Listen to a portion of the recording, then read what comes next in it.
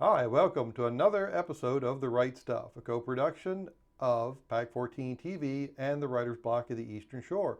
I'm your host, Andy Nunez. My co-host, Dr. Gianni Hayes, is off on another assignment, but we're going to have a wonderful interview today with Stephanie Fowler, the head of Saltwater Media in Berlin. Stephanie, nice to have you on the show. Well, thank you for having me, Andy. Now, Stephanie started out as a writer and suddenly became a book publisher. So we're going to talk about how that worked out for her today. Stephanie, tell us a little bit about yourself, where you're from, where you went to school, and things like that. Sure. So I was born and raised here in Salisbury, and I attended Washington College in Chestertown, Maryland, where I had a definite interest in English. I minored in creative writing as well. And one of the things that drew me to Washington College was the Sophie Kerr Prize, which is the largest undergraduate literary award in the country.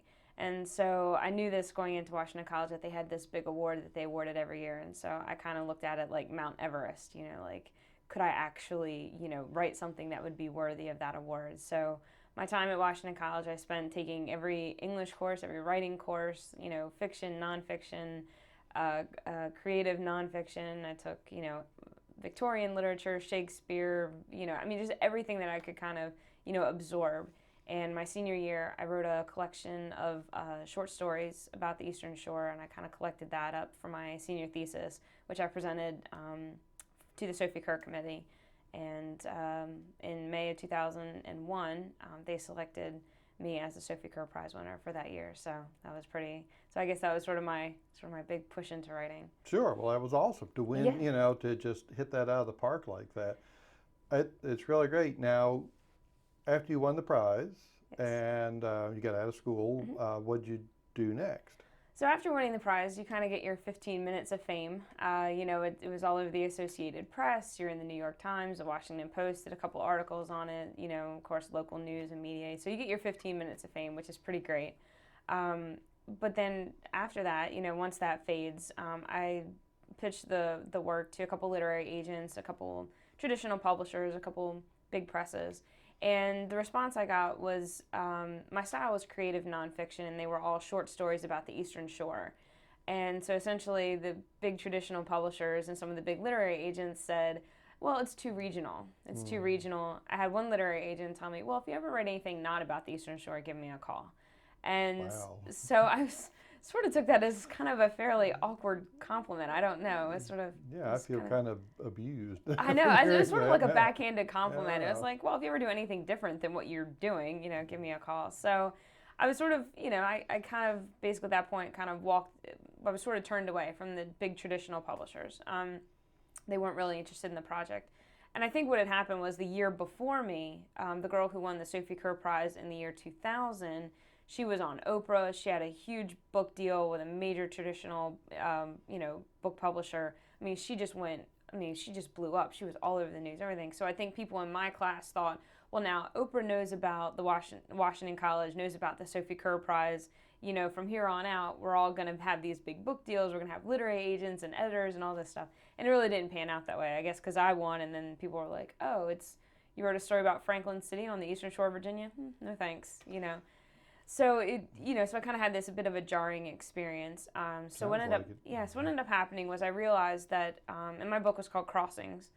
I realized that if Crossings was going to live, it was going to live because I was going to have to push it. I was going to have to invest the time and the money to put it together and bring it to life and get it out there. Because I kind of didn't feel like I could really work on the second book until Crossings had run its full course, and I felt like it won the Sophie Kerr Prize. It was good enough to win. Right. It should go and live on and let it do it, kind of be itself. So I kind of didn't want to work on the next book until I had that one off to the races, so to speak. Okay.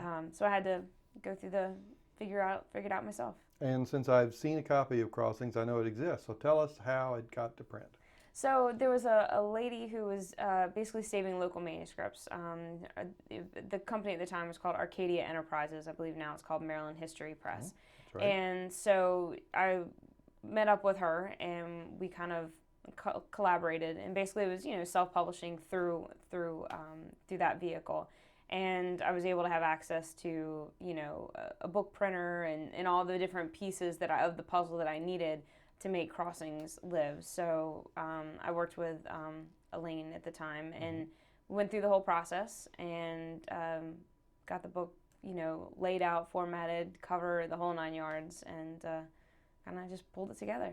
Okay, yeah, and I've seen it, and it's a great book. Thank you. And Elaine, of course, is Elaine Patterson, who's a member of the Writers Block of the Eastern Yes. Shore, and Maryland History Press is still pumping out books. Absolutely. So the book came out, and then you got rich and retired? No, No, not okay. quite. No, I don't think that ever happens to writers, actually. No, so what happened was, Crossings came out, and I still had a job in healthcare. Actually, I had a full-time job working in the healthcare field, and it just wasn't, my full-time job was not something that I found personally fulfilling. So, basically, it came down to December 12th, 2012, 12/12/12, and I was sitting in a Chipotle with my mom, and I was sort of crying into my burrito bowl about, what am I gonna, it's just, I'm not happy doing this job, and I don't know, and so my mother, who's, she's absolutely great, she looked at me, she said, Stephanie, what is it that you want to do with your life? You've given this company 10 years, like, what do you want to do? And that was the first time that I really gave voice to, I would really like to help other authors walk through the process that I went through. And I'd really like to kind of hold their hand, I guess, a little bit, and walk them through the various pieces of the puzzle that it takes to take your novel from a Microsoft Word document, to being laid out, to have a cover, to pull all the things together, to have, do they want an ebook? Do they want paperback, hardback? Do they want to be on Amazon? Like, do they need a little bit of marketing? What are the pieces of the puzzle that writers need? So that was, 12/12/12, sitting in Chipotle. I finally gave voice to something that I thought was just kind of a far out dream, because I didn't think that I could actually do anything with it.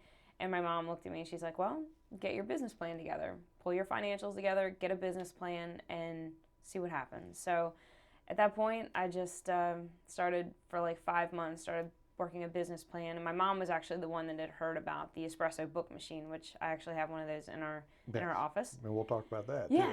too. So she'd actually heard about that, so I contacted the company that makes the espresso book machine and started building my model and trying to figure out, what all the different services that I wanted to provide, how I wanted to pull it together. And after about 5 months, we landed on Saltwater Media in Berlin with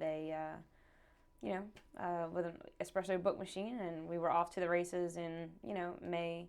We just sort of did like a soft opening of our doors in May, and then in June we had our grand opening, and that was June of 2013. Okay.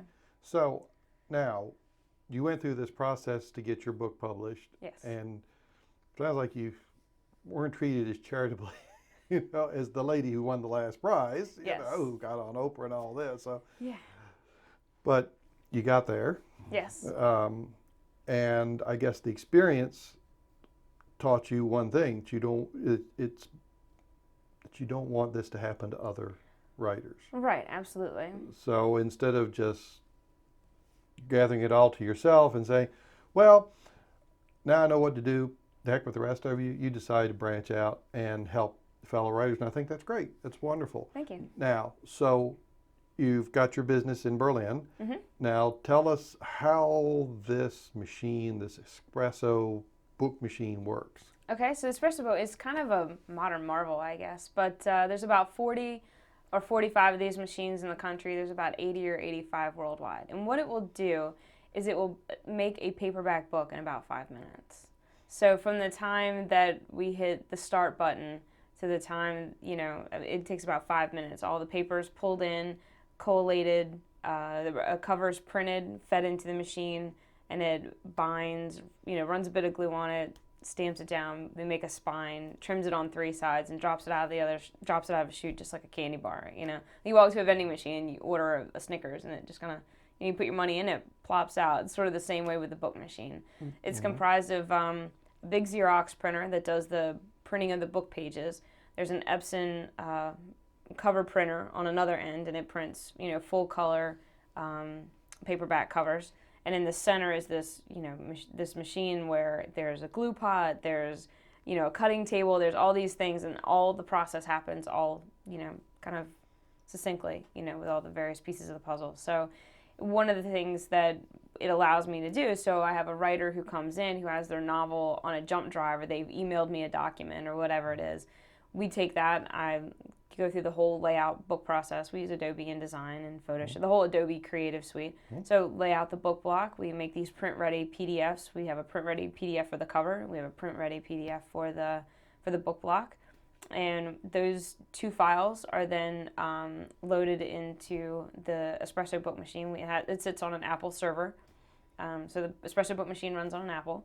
And we load those files right onto the server, and we basically just, tell it to pick these two files. We tell it, what the trim size is, how many pages, the whole 9 yards. We input all that data.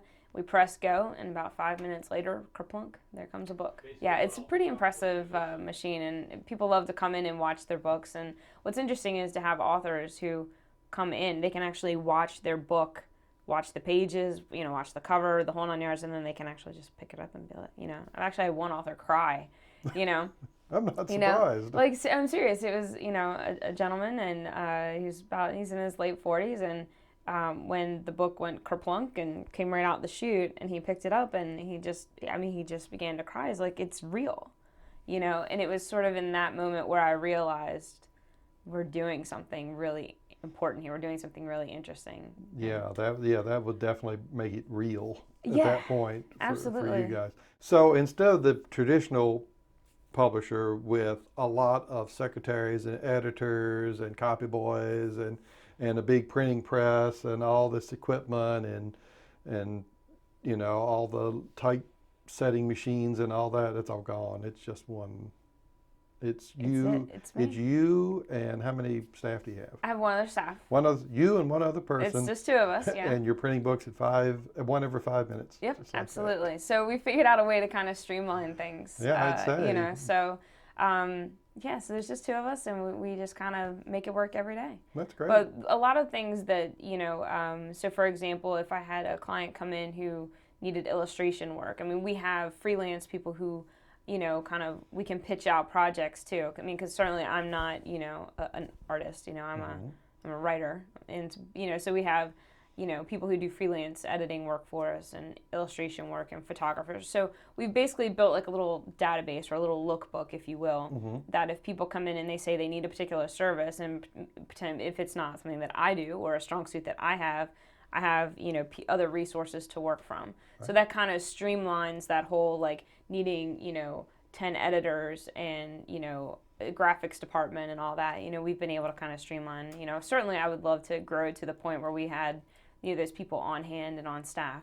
And maybe that'll come down the way. But, at this point, we've sort of been able to figure out what are we good at, what can we do in-house, what would we need a freelance or, an outside person to do. In addition to the book machine, we have other, third-party vendors that will do different types of printing for us. So when an author comes in, it's my job to sit down with a client, understand the project, figure out where they want it to go, how they want it to come to life, and then put those pieces of the puzzle together for them and say, okay, well, this is how it's going to go. And, because when people are going through the self-publishing process, I believe that they should have a quality product and have a quality service, and they should feel a great deal of confidence in the project. And I think so far, people are able to come in, they're able to sit down with me just like this. We're able to talk about the project. They can look at my computer. They can see how the layouts are coming together. And I think people kind of like that. It's not just these mystery emails back and forth to some other place, Right. Or some random person on the other end of a phone line. I Skype with clients. They come in. We do all kinds of things to try to make the author feel that they have control, they have access, they understand it, they can see it coming to life. If they want to watch it be printed on the Espresso, or if they want it a hardback book printed, then we try to make sure that they feel integrated into the process, because it is their book, it is their thing. Right, exactly. And that goes back to something that you talked about earlier with your book Crossings, is how you wanted it to live. Absolutely. You wanted your book to live. So if I'm an author coming in to see you, what can I do to kind of grease the wheels a little bit and make it a little easier on you? So we've got let's say I want to get this out because I've got a deadline or something, or, Sure. or I need it by a certain date for a celebration or an event or something like that. What can I do to try to move it along so it's a simpler and less painful process? One of the big things that is huge for us is if the work is in electronic format. So if it's on a Microsoft Word document, a Pages document, those are really helpful that if we can kind of, or if it's in a PDF, one or the other. If there's data in electronic format, because that's what we're going to be using to lay it out. So if I have an author who walks in and has 200 typed pages from, 1955 and say, I want this to be a book, that is quite difficult. So, we have to do a bit more work with that. So if they had their work already in electronic format, that kind of gets us off to the races right away. If there's no kind of e-version, I guess, or whatever, of the material, if it's just papers, then we've got to do some extra work to get it to the point where we even can move towards layout. If it's, Microsoft Word document, I can go to layout within a minute. And start that process. But if it's not in that format, then we've got to do a lot of back end work to try to get it to be readable and to then move forward. So that would be one huge thing. And also if we've had some people come in with things that were not, hadn't been proofread, hadn't been an initial editing. Mm-hmm. So if there's any way to kind of at least give it that first gloss. Sure. To make sure that, people are coming to me, with things that don't need heavy editing, because that's also going to slow down the process as well.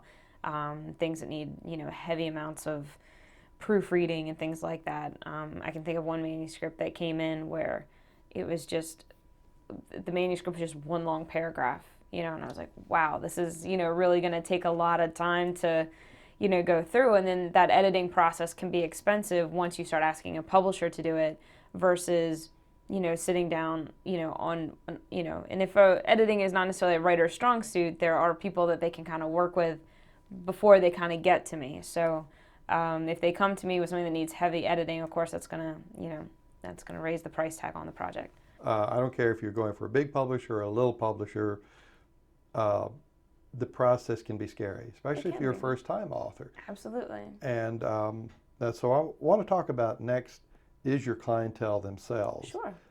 I know your business is growing. You've only been in a couple of years, so you still got plenty of expansion to go. But sure. Tell us, without naming names or specific projects, sure. What's your typical client base like right now? So we counted up. In 2014, we did 27 print projects and we did 10 ebooks. So that kind of just gives you a scope of like how busy we were in 2014, sometimes I sit and think about just those numbers, I'm like, I can't believe we put out 27 print projects, but so the clientele kind of ranges. I've done cookbooks, we've done young adult fiction, we've done historical fiction, we've done nonfiction work, a couple of biographies, we've done short story compilations. So my clientele tend to be mostly local. They tend to be people from the Delmarva Peninsula, although I have had people from California, Washington, Southern Maryland, Baltimore, Queenstown. I've had a couple of people off that, but predominantly they tend to be Eastern Shore, Delmarva folks. Mm-hmm. I've had several writers who've published other works, with other people who've decided to give me a shot. I've had some first-time folks who, just said, I've been sitting on this for 10 years, didn't know what to do with it. Can you help me figure that out? So sure, So really, it has just been really interesting. There doesn't really seem to be one specific type of client that comes in. Some of them are very tech savvy. Some come in and say, I've got all my cover already done. Here's my print-ready PDF or whatever it might be. Other people just come in and it's, typed pieces of paper that we have to figure out. So, it really has kind of run quite a spectrum of people. But I will say all of them are really enthusiastic about what they're doing. All of these authors that have come in have had such energy, such enthusiasm, such a love of what they've done, that I kind of tend to start feeding off of that a little bit, because I watch them be so excited about what this is and that this is going to come to fruition, that for me, I'm just like, well, let's do it, Right. Let's get in there, let's get it done, let's lay this out, come on, So I tend to kind of feed off their energy a little bit, but we've had some really interesting clients that have come through. And I don't know if I'm allowed to say specifics, but we've definitely had some great projects, that have Well, you come can talk through. about the books themselves, certainly, Sure. because it would be, I think the listeners would like to know, um, if you've had any that's really have taken off. Yeah, well, we've had a couple recently. We had a book that was a gentleman down in the Eastern Shore of Virginia, Curtis Badger. Okay. Yep, so Curtis Badger came in and did his most recent novel, Letters Home, with us, and that's done really well for him down on the Eastern Shore of Virginia area. Like, he went to one book signing and just, like, sold out. He called me, he's like, I had no idea this was going to happen. He's like, but I need to get more books. We've worked with Dr. Clara Small at Salisbury University. She recently did a collection of autobiographies of African Americans from the Eastern Shore, or from the Delaware Peninsula. So that was a really nice project that's gone well for her. And we've had another person who was at the university, Andrew Heller. He's done a series, a young adult series, and he's done really well with his Samuel Smythe and series. It's basically a series based on a character. I always sort of say if it was Harry Potter was a hardy boy who found out his dad was James Bond, and this family goes on these crazy adventures. So he's made these two sort of young adults, kind of like that 8 to 12, 8 to 13 range, Right. But he has a young son that he's done. And a lady named Joan Cooper, who's a teacher at Bennett, I believe. She's done 2 novels with us now, and I think she might be looking at a third. So. And I think you got one of our block members, Ann Foley. Oh yes, we did Ann Foley's book. She was doing a reprint of a book that she had done several years ago, and we kind of pulled that back together for her, and I think it looked really well. She's pleased. Oh, good. My understanding is, yep, she's Good. pleased. And She was a delight to work with. she's been on the show before, as everybody knows. Ann Foley writes about L.A. Tile in Dorchester County. Yes. Great lady who's we've had on in the past. So, so you've got some real winners in your stable, so to speak. Yeah, we're really happy to have had the opportunity to work on the projects we have. And you got more coming. We do. 2015 is going to be busy. Good. I'm glad to hear that. One of the things you're talking about, farming out different things that you can do. Now, I understand hardcovers are one of those things. Somebody wants a hardcover book, that's not coming off your machine. No, the Espresso Book machine is paperback only. However, we have a couple other outside printers that we'll use for the hardback. So it kind of depends on trim size, dust jackets or not, linen covers or case laminate covers. So it kind of depends on what the author wants as to who we might then, the printer I would then choose to cover that hard book project. But yeah, we can definitely do it. I mean, we do all the layouts and everything like that. We would just not do that in-house in Berlin. We would ship that out. Right. So just to talk about some of the things that can be done through you is if you're somebody who wants to write a family history or wants to write their autobiography or has some kind of memorial book, small project, few hundred copies, something like that, they can go from a simple paper-bound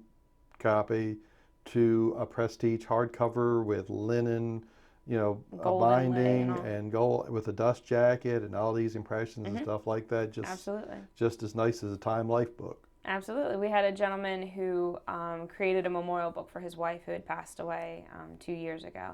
And so he wanted to create basically her biography to preserve for the family and their friends and all that. So we did a full, we was a linen cover with the gold plating on it. And we did all the layout for him and all that. So yeah, we've done biographies, family histories, genealogy projects. I mean, pretty much, if you come in the door with it, we'll help you figure it out. So.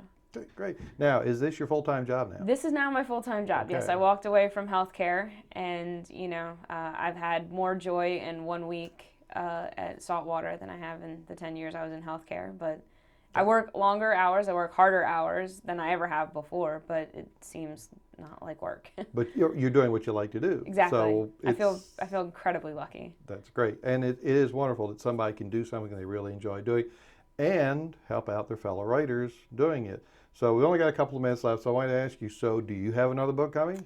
I do. I have another book, just like Crossings, that I've been working on. I also have a fiction project, which is unusual. I tend to be a nonfiction writer, or creative nonfiction really is my style. But I do have for NaNoWriMo last year, I started on a fiction project. So we'll see if that walks out. It turns out I know a publisher, so. Okay. Oh, yeah. You're not going to publish your own book? No. Yeah, no, that's sort of what I meant. But so, hopefully I'll kind of be able to pull my things together. I've been working on other people's projects so much that my own kind of got pushed to the back. But I definitely anticipate knocking the dust off some of my stuff and running it through the EBM. Okay. So if somebody's got a manuscript they've been sitting in their desk drawer for 20 years, it's typewritten, they did it on a Corona or something like that from the old days of Royal, you can help them out. Yeah, we will take a look at wherever they are. That's been sort of my motto, is to meet the author wherever they are, figure out what they need, how they want the project to come to life, and then make a plan for that. Okay. All right. So just to wrap up, folks, Stephanie offers a wonderful service, and we'll have information for you that will let you know, or you can always go to Stephanie's website, saltwatermedia.com. Yep. Or you got a Facebook page for We have a Saltwater. Facebook page. We have Instagram, Twitter. We're all over. You're all over the place. Yeah, we are. Well, that's good. Come find us. So I encourage folks that are even interested in just going down and taking a tour. Oh yeah. And just seeing how the machine works. I think Stephanie would love to have you come down and take a look at things. But if you're an aspiring author, you could do a lot worse. But just to kind of wrap things up for you folks out there, if you've got a book project, I know Stephanie would agree with me, if you've got a book inside you, if you've got a book you've been waiting to do, don't let it wait. No. So many people wait until it's too late and their baby, their project never gets born. And it's a shame, and it's a loss to the community, because once the beautiful things that you have written about are gone with you, they can never be recovered. So Stephanie and other publishers, regional publishers on the Eastern Shore, are there to make your dream come true. And I know from my personal experience working with local publishers, it's always great.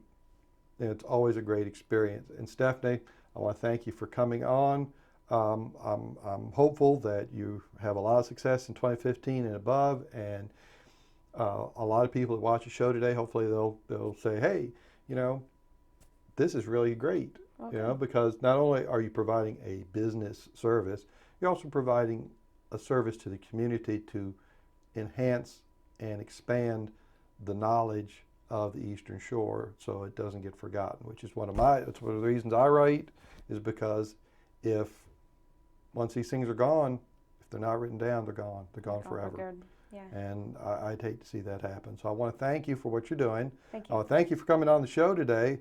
When you get your book done, I'd like to have you come back. Sure. Okay. Will do. So, but sadly, folks, we've run out of time. So I want to thank my guest, Stephanie Fowler, Saltwater Media, for coming and talking about the Espresso book machine that she's got over at Saltwater Media, and about the process of publishing your own book. And we're going to have some more interviews coming up for you soon, and we're going to interview some of the authors who have worked with Stephanie and see just what it's all about.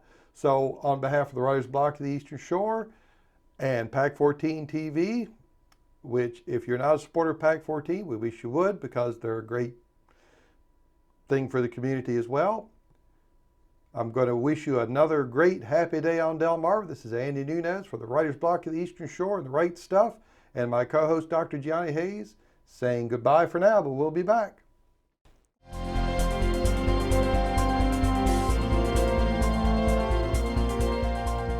Would you like to see your community organization or nonprofit group featured on PAC-14? To get started, contact us at 410-677-5014 or visit our website at www.pac14.org. PAC-14 is a great way to connect with your community.